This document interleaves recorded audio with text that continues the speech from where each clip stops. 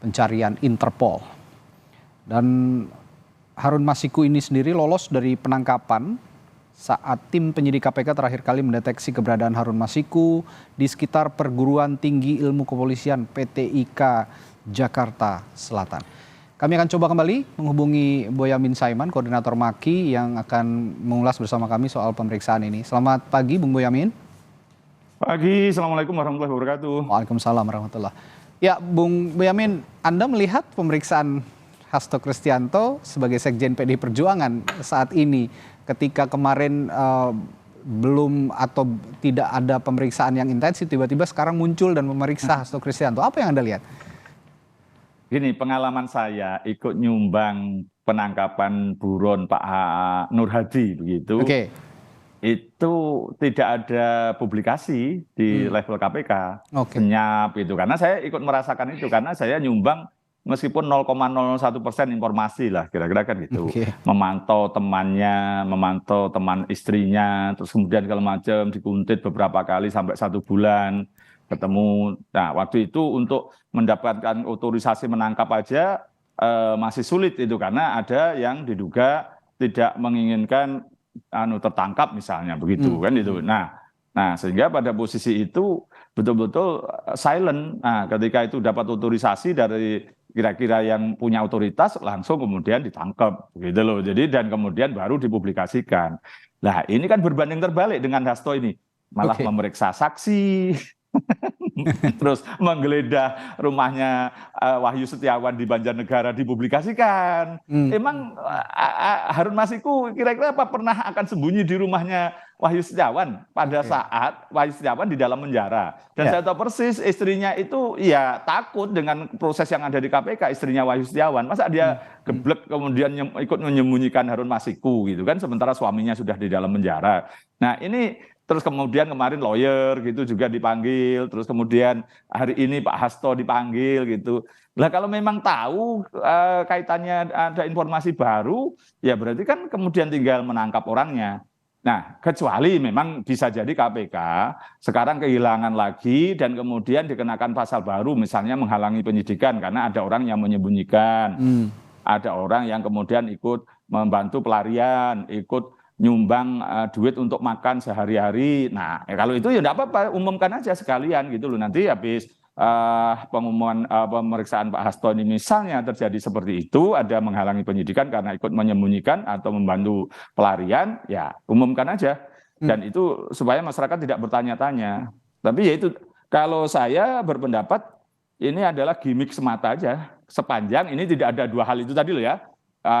Misalnya besok sore atau nanti sore atau hari ini saya pikir dihubungi Kompas, Harun Masiku udah tertangkap Mas gitu. Saya kira ternyata harapannya dihubungi sudah tertangkap, ternyata baru pemeriksaan Sekjen PDI Perjuangan gitu ya Bung Boyamin. Gitu. Tapi jadi, begini Bung Boyamin, ya saya ingin bertanya juga, seberapa signifikan sih sebenarnya KPK ini memeriksa Hasto Kristianto dan kaitannya untuk mencari keberadaan Harun Masiku, terlebih dia juga tersangkut kasus korupsi. Bagaimana, sesignifikan apa Hasto Kristianto keterangannya bisa membantu KPK untuk mencari keberadaan Harun Masiku? Iya, saya juga terpaksa menduga-duga juga karena kalau menyangkut materi, Hasto Kristianto juga sudah diperiksa di tersangka-tersangka sebelumnya, bahkan juga di pengadilan, bahwa dia memang hanya ngurus administrasi, karenanya ada yang meninggal, Pak Nazarudin Kemas meninggal yang punya suara tertinggi, kemudian partai menginginkan bukan nomor 2 berikutnya, tapi Harun Masiku, dan sudah diurus ke Mahkamah Agung, dan sebenarnya sudah ada putusan Mahkamah Agung,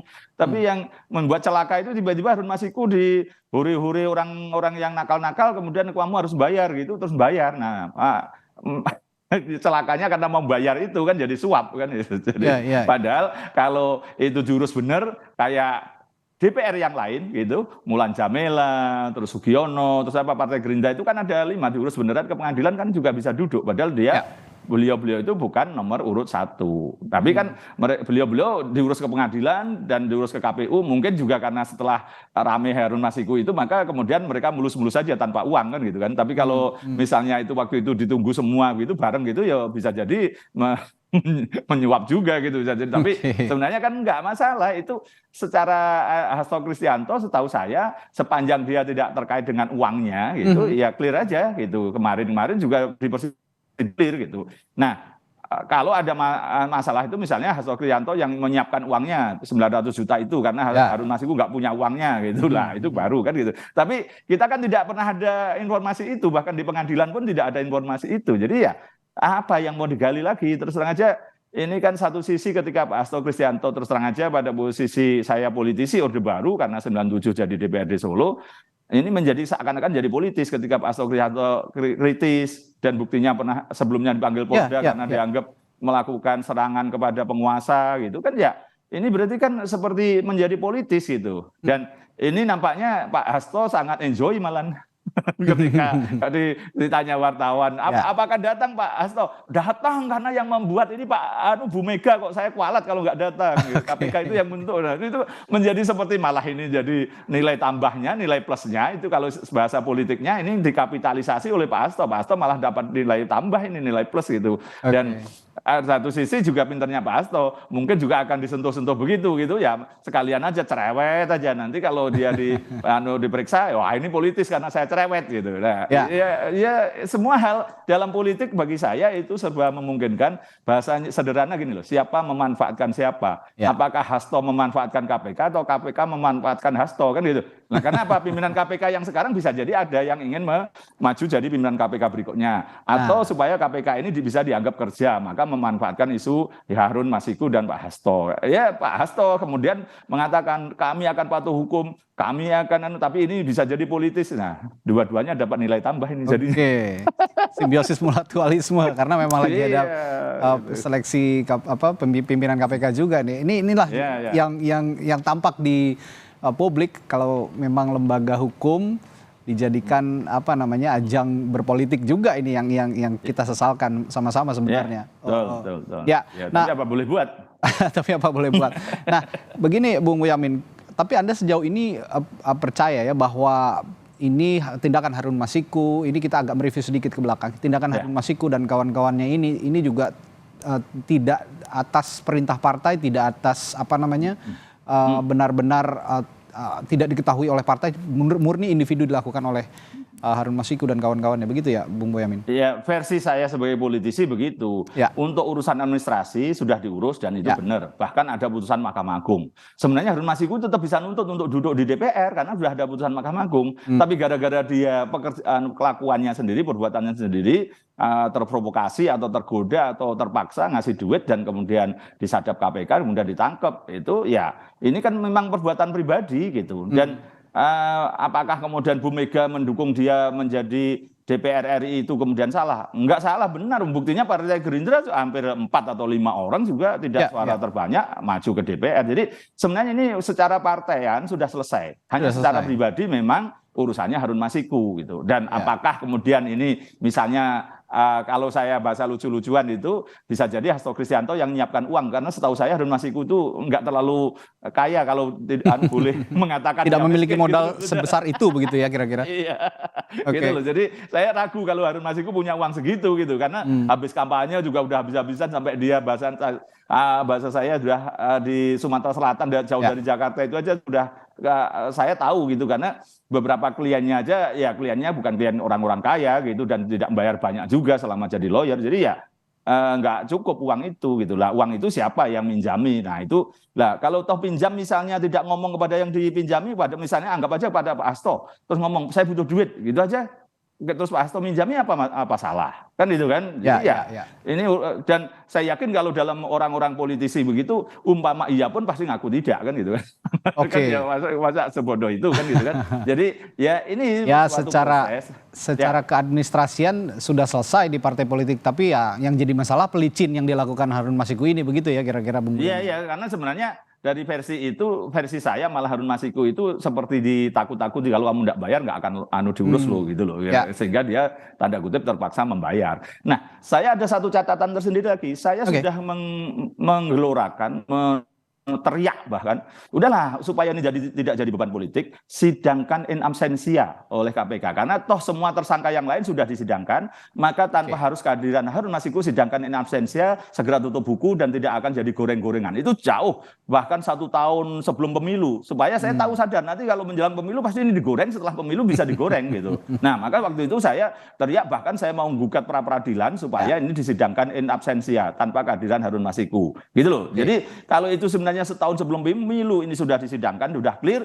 Harun Masiku dinyatakan bersalah, adalah dihukum 3 tahun atau 4 tahun. Nah, udah selesai, tinggal nanti ketangkap, tinggal jalan itu, tidak aduk pikuk lagi. Jadi ini kan justru KPK, menurut bahasa saya, yang menjadikan dirinya untuk jadi timbal, dihajar orang sana sini, dimanfaatkan politik jadinya. Oke, Bung Boyamin, singkat saja terakhir. Kalau begitu, kalau melihat konteksnya seperti ini, memang ada unsur politis begitu ya kalau dinilai oleh Anda dalam kasus ini. Tapi di luar itu semua, apakah Anda masih optimistis Harun Masiku ini bisa ditemukan dan kasusnya bisa diselesaikan? Karena sebenarnya rumusnya kan sederhana. Mampu itu karena mau. Ya, setahu saya KPK sebenarnya tidak mau nangkap, jadi hanya untuk main-main aja. Jadi ya sepanjang belum ada bukti sebaliknya ditangkap hari ini atau besok, saya mengatakan gimmick dan ini tidak ada kemauan. Sehingga karena tidak kemauan ya tidak mampu gitu. Jadi tidak mampunya karena tidak mau gitu loh, bukan karena sebenarnya kemampuan punya. Dia keluar masuk, pernah dulu awal-awal bisa ditangkap nggak ditangkap gitu, terus kemudian siapa yang salah waktu itu ya bisa siapa aja, malah sengaja biar aja tidak ditangkap malah bisa jadi gorengan politik kan gitu, bisa jadi kan. Kita kan nggak tahu pada posisi ini ada orang yang punya kepentingan politik itu. Bahasa saya siapa memanfaatkan siapa. Tapi bukan berarti saya pesimis, tidak dukung KPK untuk menangkap. Saya mendukung penuh, berdoa juga untuk segera menuntaskan ini dan Harun Masiku bisa ditangkap. Dan saya sekaligus himbauan dari Kompas TV ini, saya mengatakan kepada Harun Masiku kalau mendengar, tolonglah segera menyerah dan kemudian jalani. Dan saya yakin nggak terlalu lama ini. Itu penyuap itu ancaman maksimal 5 tahun, dapatlah setengahnya, 2,5 tahun, nanti dapat remisi segala macam, bebas bersyarat, udah bisa keluar kok. Tolonglah jangan bebani negara ini gitu. Jadi KPK jangan membebani negara ini, Harun Masiku juga jangan membebani negara ini. Demikian. Baik, terima kasih Koordinator Masyarakat Anti Korupsi Indonesia MAKI Boyamin Saiman telah berbagi perspektifnya di Breaking News Kompas TV. Sampai jumpa lagi Pak, sehat selalu.